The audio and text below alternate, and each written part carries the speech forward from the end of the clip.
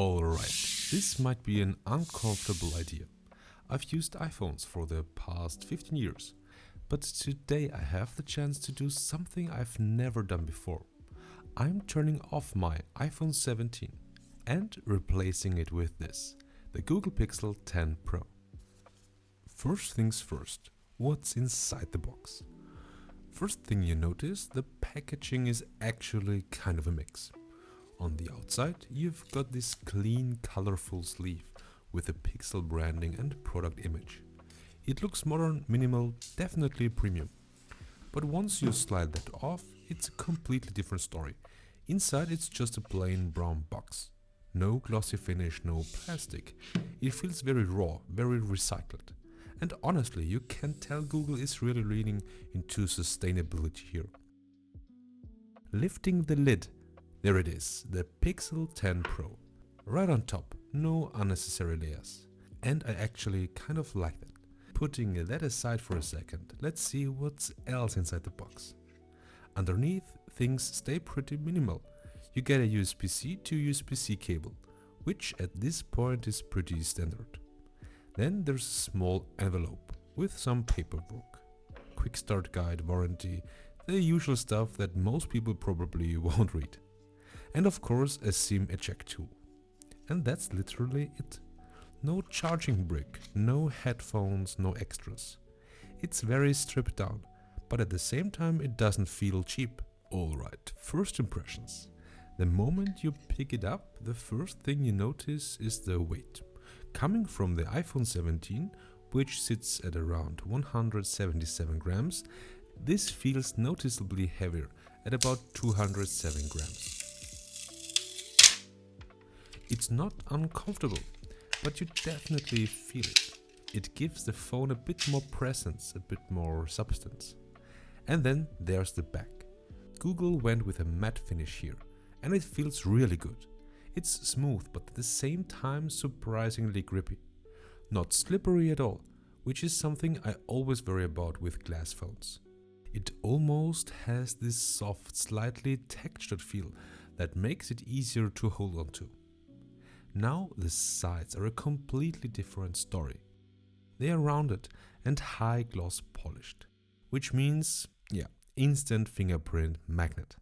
But at the same time they feel incredibly smooth, like almost too smooth. The best way to describe it is, it kind of feels like liquid metal, almost like something out of Terminator, like the T-1000. It has this flowing, seamless feel when it sits in your hand, especially with those curved edges blending into the back. It just sort of melts into your grip. And because of that combination, the grippy matte back and the super smooth sides, the phone feels secure but still very refined. Now let's take a closer look at the hardware. The Pixel 10 Pro features a 6.3-inch Super AMOLED display with a resolution of 1280 by 2856 pixels, which results in a pixel density of roughly 495 pixels per inch. It uses an LTPO OLED panel with an adaptive refresh rate ranging from 1 to 120 Hz. Allowing the phone to switch between smooth scrolling and better power efficiency depending on what you're doing. The display also supports HDR, a contrast ratio of over 2 million to 1 and full 24-bit color depth, which means it can reproduce more than 16 million colors. Brightness is another highlight. The screen can reach up to 2200 nits during HDR playback and up to 3300 nits peak brightness outdoors, which should make it very readable even in bright sunlight. For durability, the display is protected by Corning Gorilla Glass Victus 2. Moving on to the design. The phone measures about 152.4 millimeters tall, 71.1 millimeters wide and 7.6 millimeters thick, with a weight of roughly 207 grams. So overall, it's still a fairly compact flagship phone.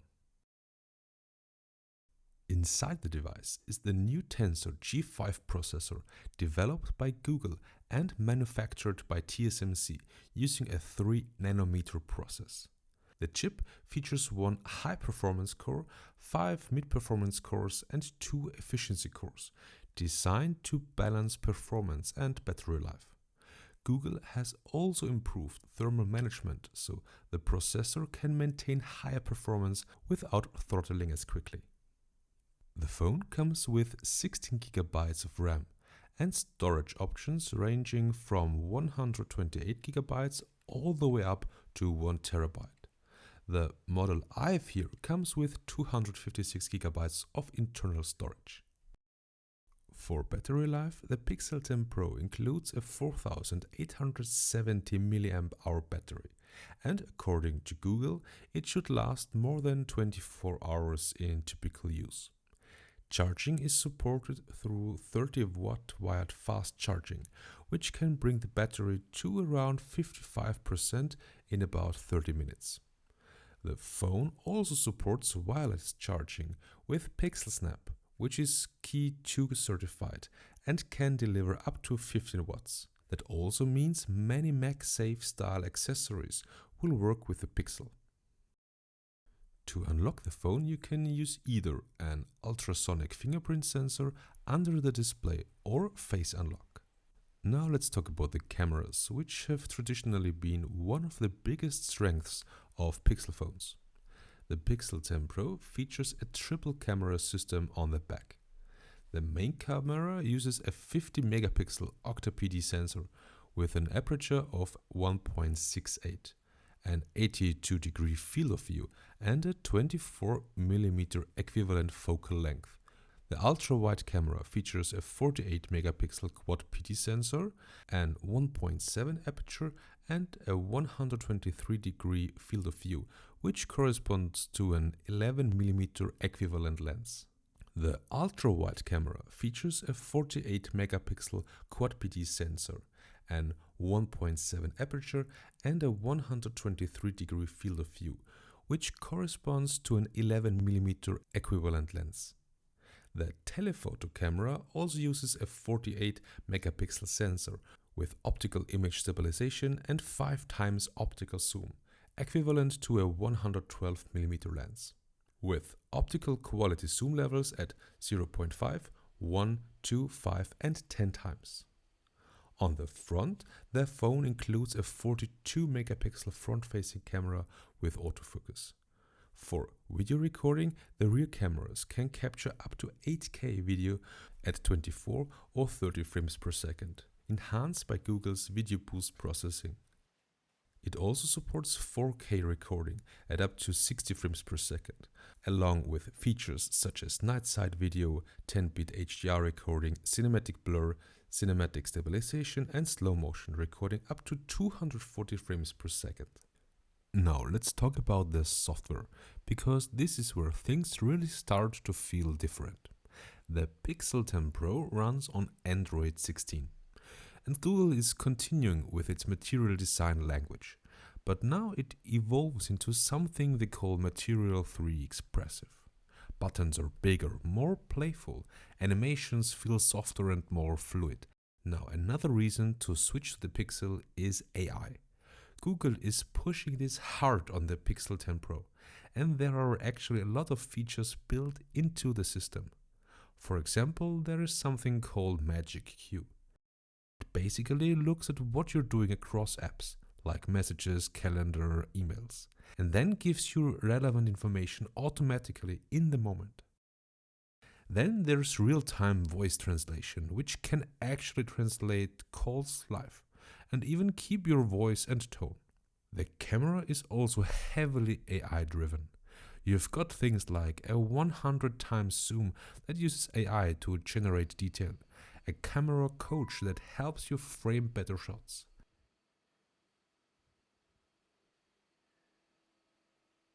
and AI photo editing, where you can literally just ask the phone to edit your pictures, like fix the lighting or improve this, and it just does it. So overall, there's a lot going on here, But the big question is, how useful is all of this in real life? So over the next few days, I'm going to test these features properly and see if they actually make a difference or if it's just AI hype. So that's it for day 1 with the Google Pixel 10 Pro. I've now switched from my iPhone 17 and for the next week this will be my main phone. Let's see how well it actually holds up in my everyday life. In the next video I'll share my experience after 1 full week with the Google Pixel 10 Pro and then we'll compare it directly to the iPhone 17.